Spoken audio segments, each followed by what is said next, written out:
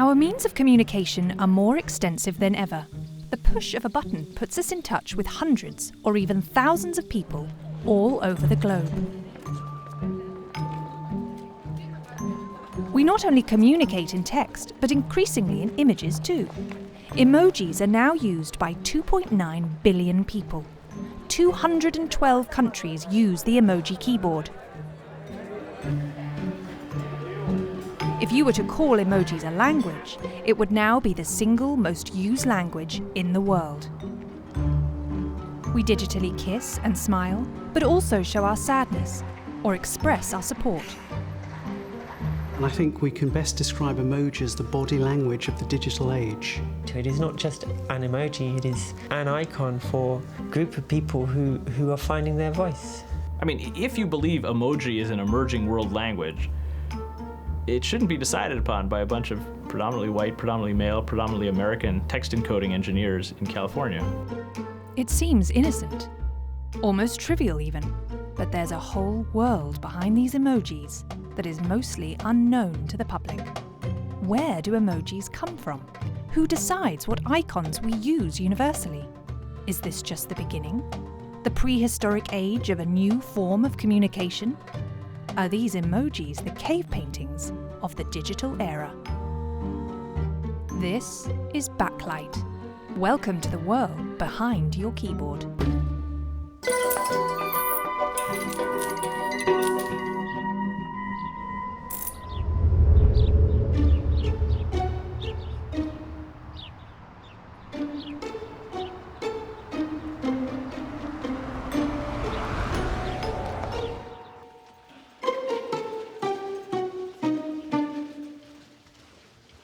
Lisa, can you tell us where we're walking? Yes, so we are headed now. We're to the elevators up to the meeting room where we will join the plenary, the Unicode Technical Committee plenary meeting. And actually, we will join the people who have been analyzing emoji feedback. And what kind of building are we actually in? We're in a building on the Microsoft campus. So which floor are we to? We meet once every 3 months for 4 to 5 days, and our different member companies share hosting. So this is Microsoft's turn.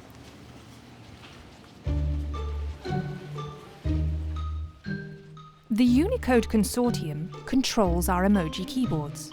For almost every phone and computer platform, it is they who decide what emojis can be used. Lisa Moore and 19 other committee members act as a kind of supreme court of our digital traffic, discussing what icons will be added to our emoji keyboards, the so-called Emoji Committee. So now we're going into the Unicode Technical Committee. But the families that we do have are like way low in the frequency list. And when we have 200 different variations of each combination, then we're going to basically divide up into 200s. Yeah. So Mark, I think we need to end the discussion now. Oh yeah, no. We will now start the closed session of the meeting. So, bye. Behind this closed door, major issues are decided. How many skin colours should be represented in the emoji keyboard? Will menstruation get its own icon? Does Kurdistan deserve its own flag in the world of emojis? Flags have been a challenge for us. They've been a challenging area for us to figure out how to add them because flags are so closely associated with self-identity, political identity. You know, all kinds of movements around the world have their own flags, so there are many associations with flags. And we wanted to be careful about how we represented stuff because it's explosive. You know what I mean? It's like all of a sudden you have millions of flags, you know, and we can't quite go there. And sometimes it's politically very challenging also. You know, do you really want to take sides in a big political drama? I mean, we would prefer not to. Would you prefer to please everyone and give everyone the emoji that they wanted? No, because I think you still have to use judgment. You know, there's still a judgment case that comes into that. Because often people, I mean, people will ask for stuff that it could be very, very offensive to a wide part of the world. Do we really want to add that? Since the Emoji Committee acquired responsibility over the emoji keyboard, which was originally Japanese, they started working on a more varied and better representation of society. And so the committee added more women's professions, more skin colours, a hijab emoji, and a rainbow flag emoji.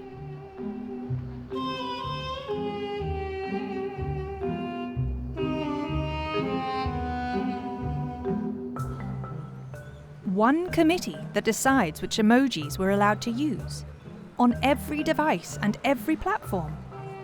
Why does this Unicode consortium, 20 people, most of whom are white males, get to decide all that?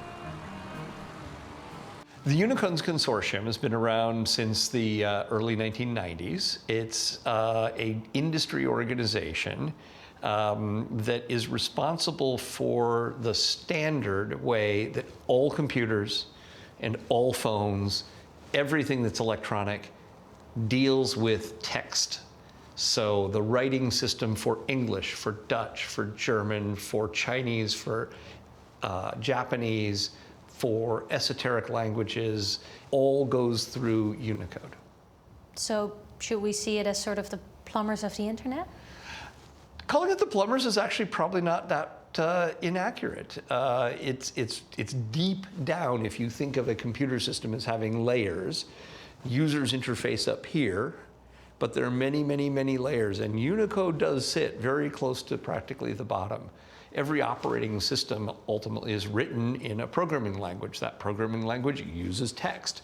That text is codified using Unicode. So it really does lie at the foundation of this entire digital universe that we've created.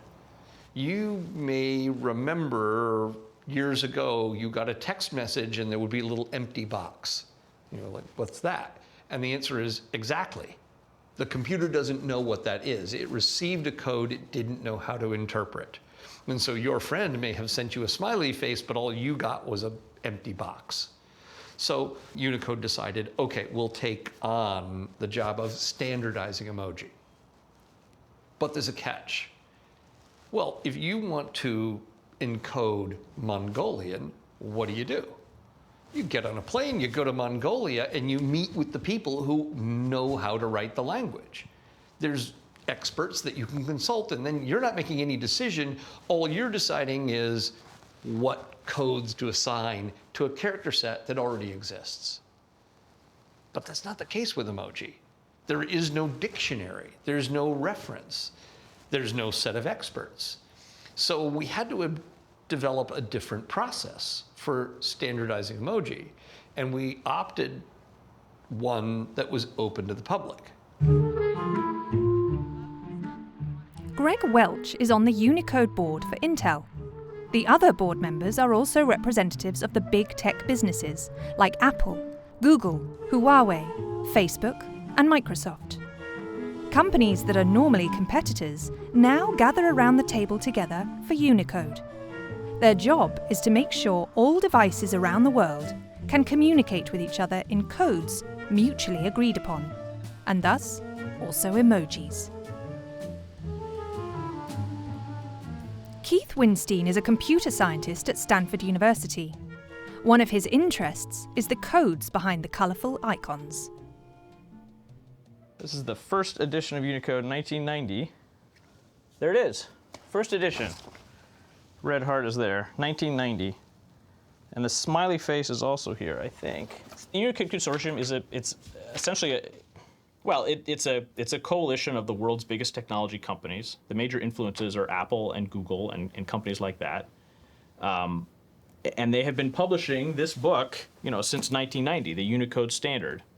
And it's a way to represent all the written languages of the world in one numeric system. So they have decided that, A is 65 and B is 66, and an E with an acute accent is number 233, and a swastika, that has significance in India and also for the Nazis is number 4053, and the recycling symbol is number 9851, and the emoji pumpkin is number 127,875. So it's a big list of all the characters from the world's languages, and they give a number to each one. And that's what they do, and they publish it in these books, and you can just see that A is 65, B is 66, C is 67. So this consortium it's a coalition of large companies that get together and they agree on the number that's going to correspond to every letter and every character in all the world's languages. Unicode makes sure that the emojis are universal. All over the world, people use the exact same pictograms.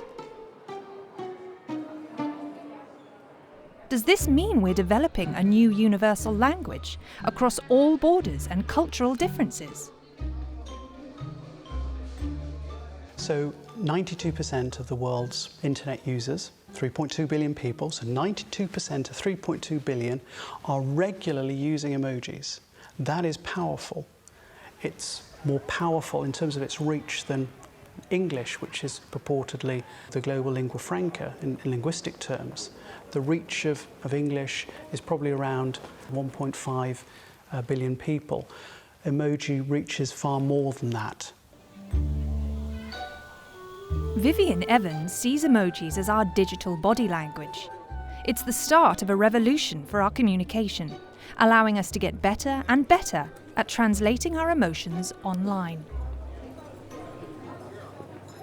The allegation that emoji is dumbing down communication fundamentally misrepresents the way communication works and is a form of, to my mind, cultural elitism. Emoji is not dumbing down communication, it's enhancing digital communication, and it's simply replicating what we already do in spoken face-to-face interaction via tone of voice, gestures and body language. Most people think, so the average person on the street, without any offence meant at all, assumes that language is the mover and the shaker in the world of communication and meaning, but it's only one type of information. Body language is key. My face, the tone of voice to change the meaning of the words. We do this all the time, in Dutch, in English, in Swahili. It doesn't matter a jot which language it happens to be. The ability to do that in the digital medium, it was missing until the advent in 2011, when Apple rolled out their emoji keyboard as standard. It was missing in the digital sphere. So now we have that ability to patch up and make our digital communication as effective as everyday spoken interaction. Emoji is the body language of the digital age.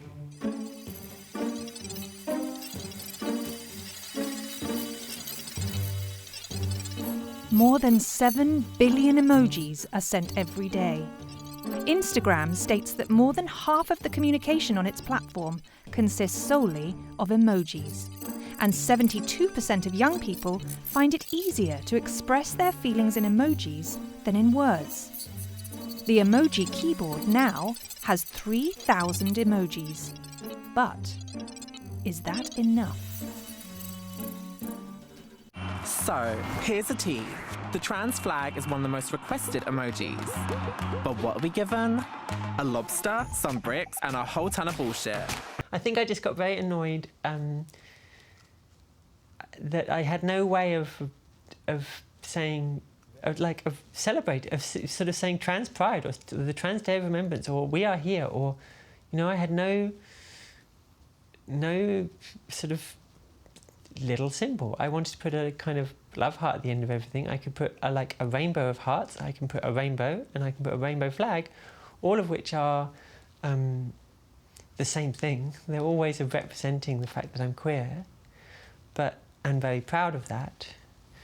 But I had no way of representing that I'm trans, and very proud of that. For 4 years, Taya Uglo has been trying to get the transgender flag on the keyboard. And for 4 years, her proposal has been rejected by Unicode. This year, she will submit it again. Yeah, it's really important for me. It's been really important for me for 3 or 4 years. I can't understate how important that dictionary is, that ability to communicate between languages using little symbols, and it's so prevalent, it's so important. So to not be able to say, to not be able to represent myself at all, or my friends, or my community, to have no way of saying this is me, it's very frustrating. And I think it's important to understand that whilst these things seem very silly and little and trivial, and in a way they are,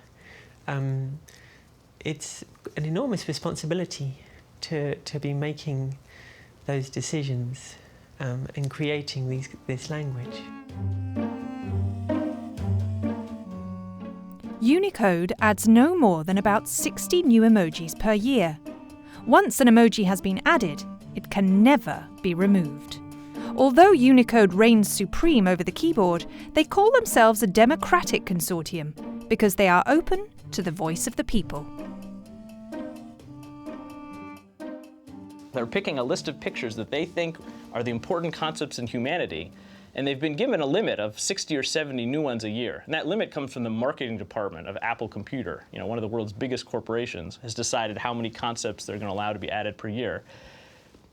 And these people are not experts in the human experience. You know, somebody proposed there should be a brontosaurus emoji. You know, brontosaurus, the dinosaur. And this committee had to decide, you know, is brontosaurus a real species, or is it the same thing as apatosaurus? But they don't know, you know, nobody knows. No committee is qualified to make those kinds of decisions. Someone proposed an emoji to represent the period, you know, menstruation.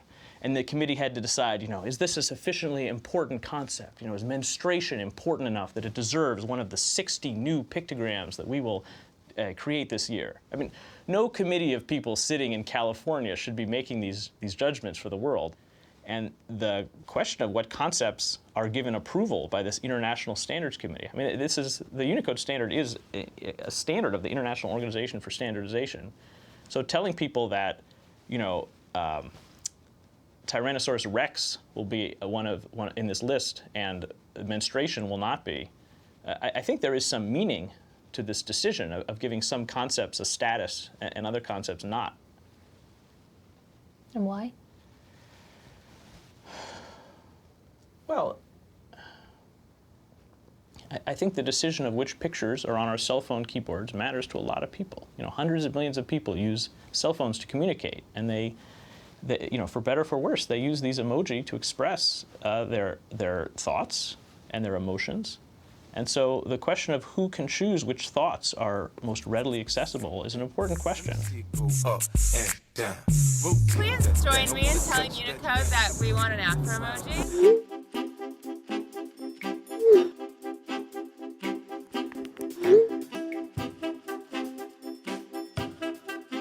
Together, we're 70,000 people who need a whiskey emoji. And you're the only ones who can make it happen. It's up to you now, Unicode. You're a democratic consortium and the people have spoken. So let's get an official safe sex emoji on every single phone out there. Coming to a keyboard near you soon. Lots of people fight for recognition in emoji land, and thus there are many, many different emoji lobbies going on all over the world. Currently, one of the strongest lobbies is for the white wine emoji. White wine producers in California are not amused by the fact there is only a red wine emoji. Red wine is really not the same thing as white wine. So welcome to Kendall Jackson. This is our tasting room, all things wine. Our vineyards are out here, and this is where people really get a glimpse into what makes Kendall Jackson a California winery. Come on this way.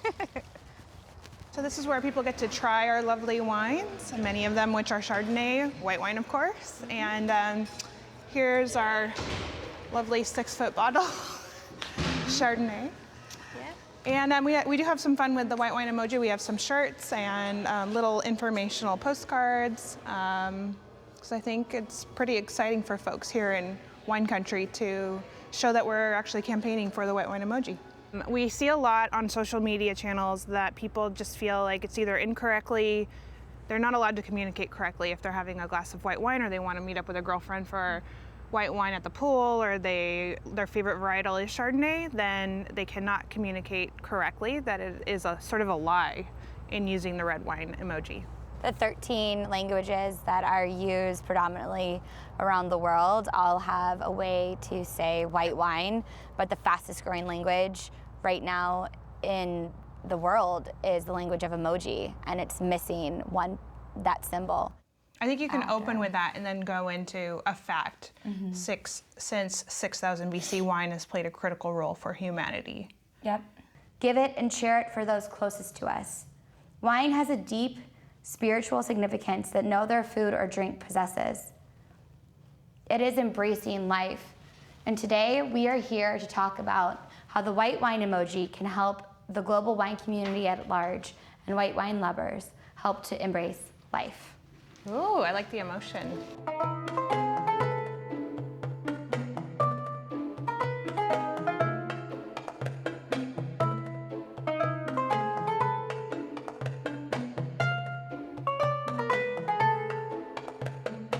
There's 6 different boats. There appear to be 3 different, what are those things called? 3 different cable cars. And 3 different types of tram. And 4 different types of train. Every year, like every March, lots of emojis are released and you go, oh, okay. So we have an aubergine and a courgette now, but no trans flag, or we have a new kind of tractor. So really, if Unicode wanted to come back and say no, there shouldn't be any more representation, it would be like saying, oh, well, there are not enough of us to be represented. In other words, we're so small, us many millions, that we don't exist.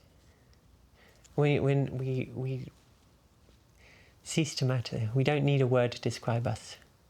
And that is erasure in every single definition. To erase a minority from existence, the easiest way to do that is to remove them from your language.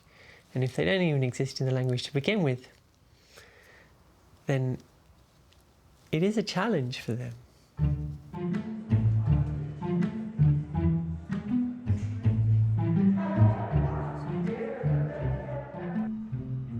If emojis are such an important way of communicating, how do you decide what you can and can't express with them? Are there enough drinkers of white wine to dedicate an emoji to it? And when only relatively few people insist on a transgender flag emoji, but to them it is vitally important, what do you do then? How do you decide? The simple answer to how you decide is you get a diverse set of people discussing it. So the emoji subcommittee people, has linguists, it has designers, and it has software developers, engineers. It's technically challenging. It's interesting because you call it technically challenging, but to me, it's also ethically challenging. Yes, it's ethically challenging because, no matter, human cognition is by definition biased, and it's impossible for individuals not to bring their own bias, their own life experience to any discussion. But does Unicode even want the power to decide on the LGBT flag is added and the transgender flag is maybe not added? It is not I don't think of it as power. It's voluntary, so it doesn't have power. It's not by fiat. And this is something that people don't understand, particularly people from Europe, okay? It's voluntary.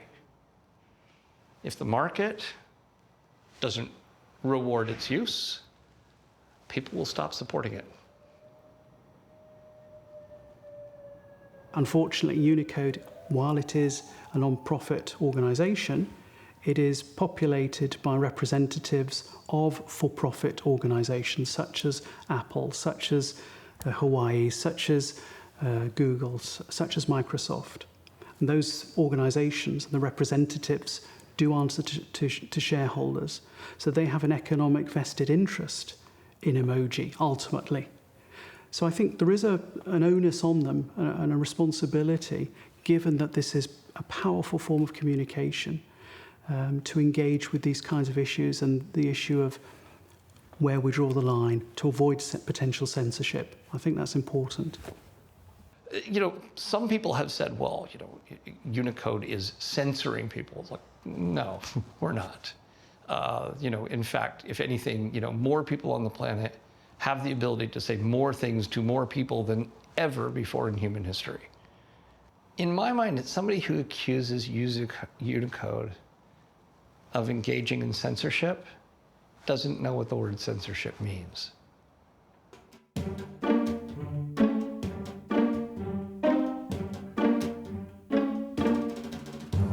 In 2016, Apple changed the rendition in their operating system of the gun emoji from a gun to a water pistol. This poses problematic questions, I think, because in effect, what is going on is that Apple, who has shareholders and doesn't want to be associated, presumably, with the gun crime, is restricting what users of the Apple operating system are able to use emoji to convey. In 2018, the other main providers followed suit. So now it's nigh on impossible to send a gun emoji. It's a water pistol across the board, pretty much. So the questions are, is this putting us on a slippery slope towards censorship? But it is true that, you know, if you know, when you buy this pen, they don't tell you what you're allowed to write with it. In fact, I have no idea what the Quartet company's opinion is on gun control.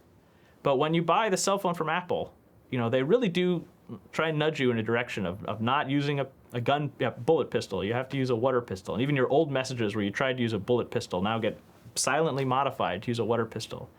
So, you know, the pen makers of today are influencing what we do with our products, the products we bought from them, to a much greater degree than the pen makers of 100 years ago. You know, I don't know that the Quartet company that made this pen even thinks it's appropriate to voice an opinion on what we should be writing with my pen. You know, I bought this pen.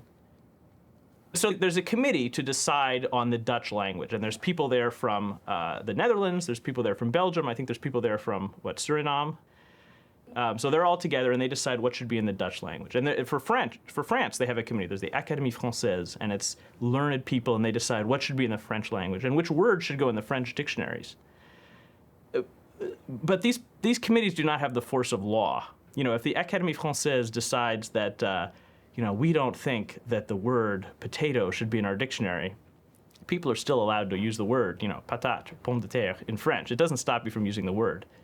But if you think about what the Unicode committee does and what the emoji subcommittee does, you know, if they don't recommend that a certain concept be expressible in emoji, it doesn't appear on the emoji keyboard for an iOS device or an Android device. And it doesn't appear in the emoji rendering fonts. And so for the systems that are restricted to Unicode, like SMS, iMessage, people cannot use pictograms to express those concepts. So it's like they have the world's most powerful dictionary. It's a power that the French Academy never dreamed of having. And that's just a bad system. I mean, if you believe emoji is an emerging world language, it shouldn't be decided upon by a bunch of predominantly white, predominantly male, predominantly American text encoding engineers in California. It's just not a good way to run a language. So I'm going to tell the story of how I became an emoji activist. In 2015, I was texting with my friend, and I texted her a photo of these dumplings I made, and she's like, yum, yum, yum, yum, yum, yum, knife and fork, knife and fork, knife and fork, and then she's like, oh, Apple doesn't have a dumpling emoji. And I was like, And I was like, Jesus, how is there no dumpling emoji? Right? That's just like really strange because, dumplings are sort of this universal food, very common around the world. Emoji are very common. They're kind of universal. So 2 universal things, no dumpling emoji. And I was like, dude, whatever system in place is broken.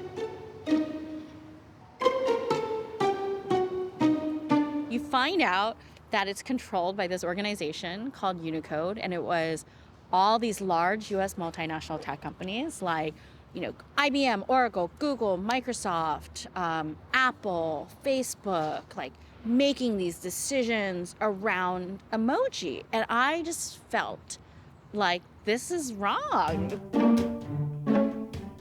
After initiating the dumpling emoji, Jennifer 8 Lee decided to take action against the emoji system. She found a way to sit at the table where the new emojis are discussed. And it costs like $18,000 a year to be a full voting member of Unicode, which these companies were. But there's like a little tiny loophole, which is you can be a non-voting member for $75. So I just like literally I think signed up on the website with my credit card, $75, and that adds you to the mailing list, and it gives you the right to go to the meetings. And so I just like RSVP'd, and I don't know what I was thinking. I think I was like maybe be a little bit like a little Congress, lots, hundreds of people inside an auditorium, deliberative, kind of like in a parliament or whatnot. That's not what I found. I mean, I showed up at Apple, and you walk in, and it's a conference room of like maybe 20 people, and mostly older, mostly white, mostly engineers. But they were super nice. They were like, what brings you here? We're so happy to see you. Tell us about yourself. And it totally had the vibe of like showing up at a new church, lots of nice old white people. And so I, just like sat in on the meeting and was like completely fascinated with, this is back in 2015, the sort of deliberations that they had around like emoji, right? It's like milk. Should it be a glass of milk? Should it be a carton of milk? Should it be, a bottle of milk? Because cartons are not universal, right? And glass is not universal. So what do you do? So I watched them debate, and it's mostly engineers, mostly 60s. I was like, oh, this is not right. I'm going to bring the voice of the people to issues of emojis.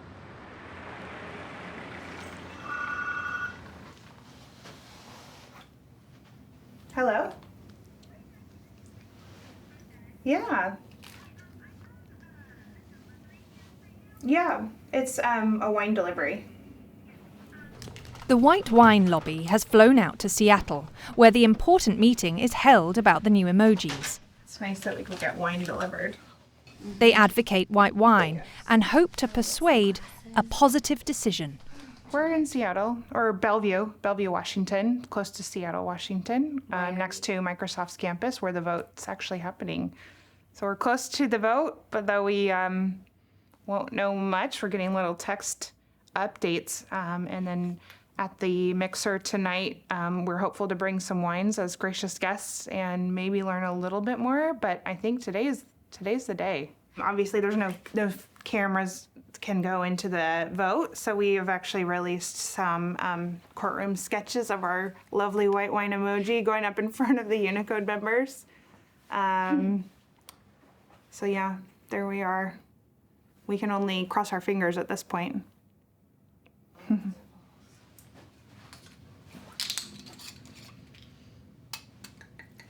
Cheers. Yeah. To good luck. It's like no joke being a member of the Unicode Emoji Subcommittee. It is, an hour and a half each week, sometimes twice a week. It is a lot of documents. It's, emails. It's, agendas and action items. For me, emoji is like a side hobby run amok. I mean, the irony is emoji may be the single largest impact that they've had on the world, right? Because dumpling emoji, billions of keyboards impacted, like very, very few, a little bit of impact, but it's billions. So if you multiply it out, that may be my biggest impact. And across, the hundreds of emoji characters. I mean, actually, one of the interesting things that I worked on that I am very proud of is I worked on the interracial couple emoji. So that took a lot of work because that actually, you needed a new mechanism to combine different people of different skin colors together. And it took many, many rounds. But I do think the affirmation that comes from having those little images on your phone it will be incredibly powerful. And I think that it will make people cry. And so, it's only every so often that you can do something that is powerful enough to make other people cry. And that's nice.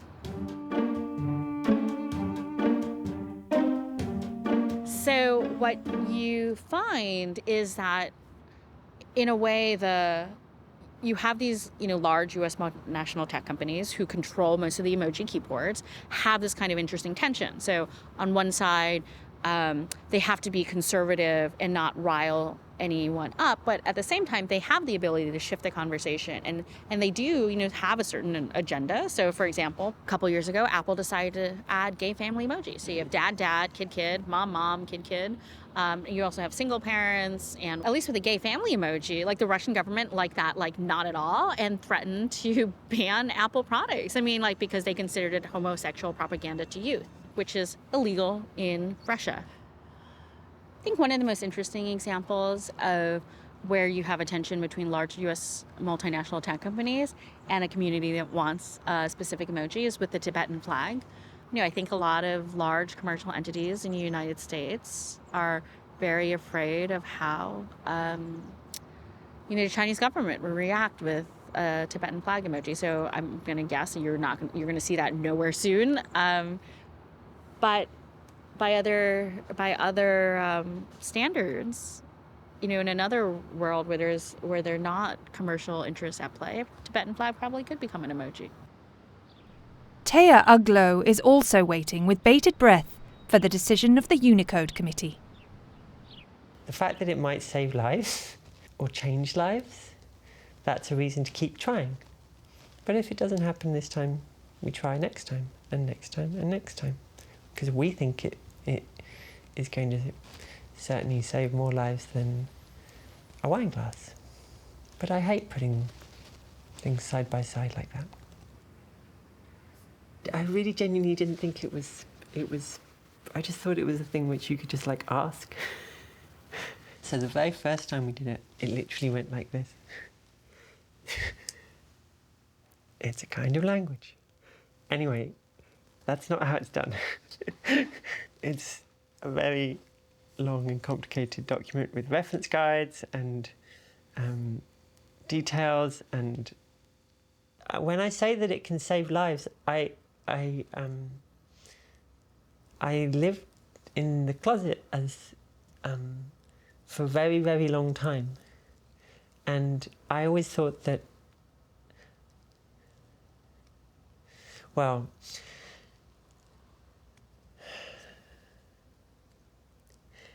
people shouldn't want to kill themselves because they're different, because they feel differently. And part of feeling differently is not understanding that lots of other people actually feel the same way as you. That you're not that different. You're just unusual, uncommon, special. So making it more obvious to people, especially young people, especially teenagers, especially children, actually, that the feelings in their body are fine. So I think that any step towards fixing that saves lives. We just don't have numbers because people don't leave notes. It seems silly that some pixels would save lives, but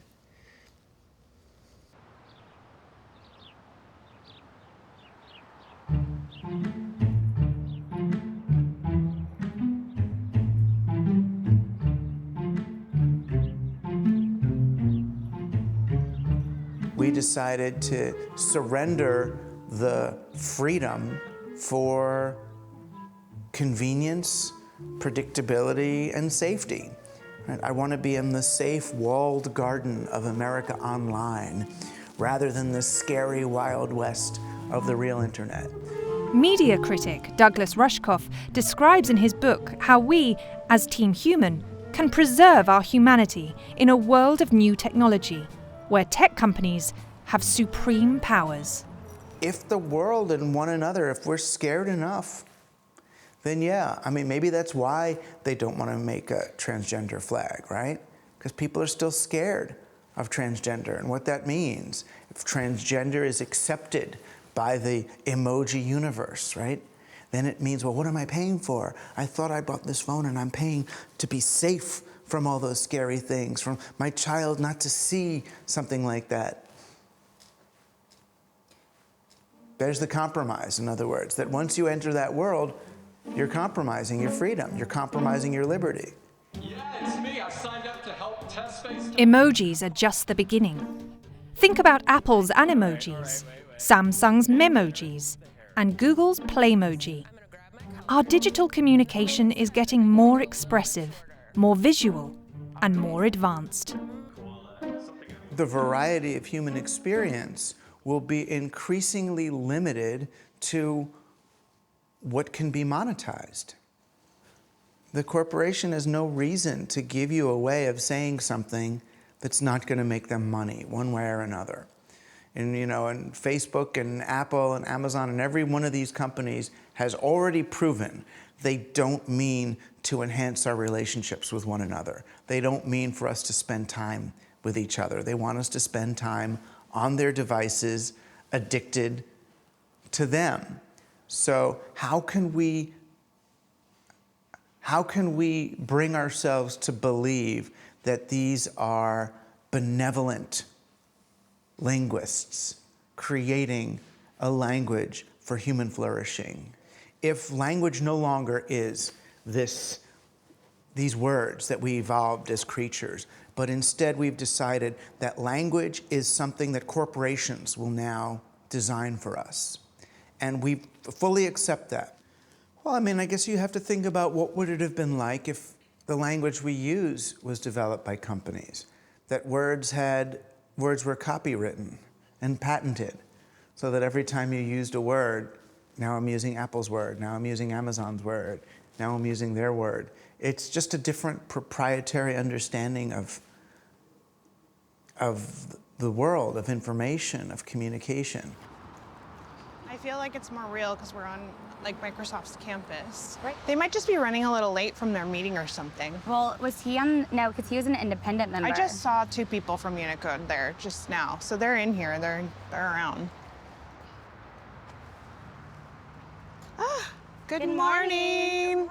Oh, hi.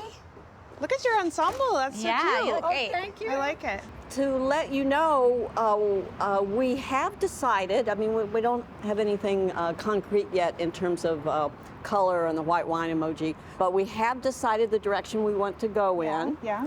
We are reviewing if we will support a white wine emoji today. We're reviewing it today. We should know by tomorrow if that will be approved. Okay. That's great. All right. Tell them our emoji fingers are crossed. Okay. Bye, Lisa. I think they're giving us little tidbits of hope that keep us kind of on the emoji journey. Because they're adding it's like adding a new letter to the keyboard, the alphabet. It's a new letter to the alphabet. The best way to describe it, a new letter to the alphabet of the modern communication zeitgeist on digital, digitally on phones. For the whole world. These people control the pen. I think it's great. For this guy. They make it appear to be democratic, that everybody can submit their own emoji. Well, in fact, they control the language. Right, it's a totally controlled space. It's the same thing that happens to people on Facebook. It's like, oh, Facebook is free. You can have any kind of a profile you like, as long as it's one of these cookie cutter profiles. You can pick any books or any movies or any pop stars to represent who you are. It's like, well, what if that's not even the menu that I use to present who I am? You know what I mean? So it's we're accepting the conventions of this world as real by having such a stake in them. Our corporate stewards have not developed the internet with our best interests at heart, and I think some people are looking at the very least at some regulation as a way of reintroducing a civil human voice into this discourse.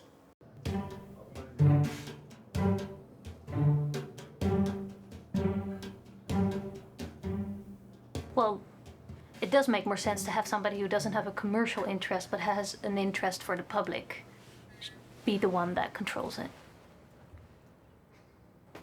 I don't know that you want anyone to be in the position where they have to decide for the world, which is more important, mate or menstruation. The Unicode committee apparently chose mate. Mate, I'm sure it's good. But I don't think you want anyone, whether it's a government or a corporation, to have to make that choice for the world, no matter what their interests are, whether it's it could be the most independent, public-spirited person in the world with no commercial interests who's just like the supreme judge. Still, I don't think you want to ask anyone to make that decision. I just don't think it's appropriate. You have to remember that this is a kind of, has been born out of nothing. It's not a government organization. It's not, I'm not sure whether I would want governments running this. I'm not sure whether I would want any particular one nationality running it. I certainly wouldn't want it to be a popular vote. I wouldn't want, because honestly, the internet can be a scary place, right? That there should be sort of some guardrails around, what language is, how language is. But, I think we have to reckon with the fact that the libertarian idea of the internet that was the dream in the early 90s, the cypherpunk fantasy, it hasn't turned out so great in all respects. And so, the idea that there may need to be moderation or that someone has responsibility for this medium is definitely growing in sort of cultural, the cultural consciousness. Now, whether the people that control the medium should be the world's largest corporations, probably not. But should it be the world's largest governments? That doesn't sound so great either. So I think the world is really reckoning with this issue. But then we're at an impasse, right? So it shouldn't be completely libertarian. It shouldn't be a government. It shouldn't be a big corporation. Well, if you came here to the Stanford Computer Science Department, room 282, asking me to tell you how to solve the world's problems, I'm afraid you're going to have to be disappointed.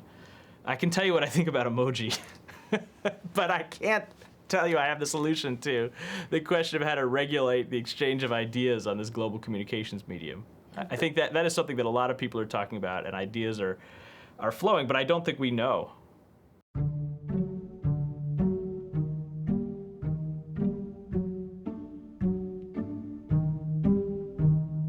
What will the future after emojis bring? Will it be Unicode or our code? Do we go for ease of use, which means settling for pre-programmed formats? Or will mankind, Team Human, insist on the freedom to keep thinking outside the box? I mean, the internet as an infrastructure is still open, and it's people who are choosing to use locked proprietary technologies on top of it. Some people might decide to break free and start using the real net. But we'll see. Most people prefer safety and convenience over creativity and wonder. We need new heroes for another generation of language. Hello. Hi. Okay, so I have an update for you. Okay. Are you ready for this? Yeah. There's no update. Oh. We didn't get to white wine today, and we might not get to it tomorrow. And if we don't get to it tomorrow, then we're not going to talk about it until October. So we just heard from a contact at Unicode that they did not vote to approve the emoji today, that maybe there is a chance tomorrow, but that the agenda is so full that it might not actually get onto a yes or no answer at this meeting, actually, which is pretty frustrating for us. And that it would likely get moved to October, which is kind of what we expected, but if it gets moved to October, they can't guarantee that would be part of 13.0, so it might go to 14.0, which means it won't hit phones until 2021. Ugh.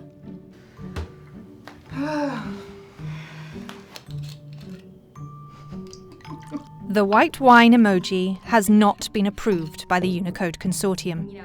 They explain their decision by saying they fear it will create a precedent and open the door for rosé, different kinds of beer, and cocktails. After 4 attempts, the transgender flag finally made it onto the official list of candidates for new emojis.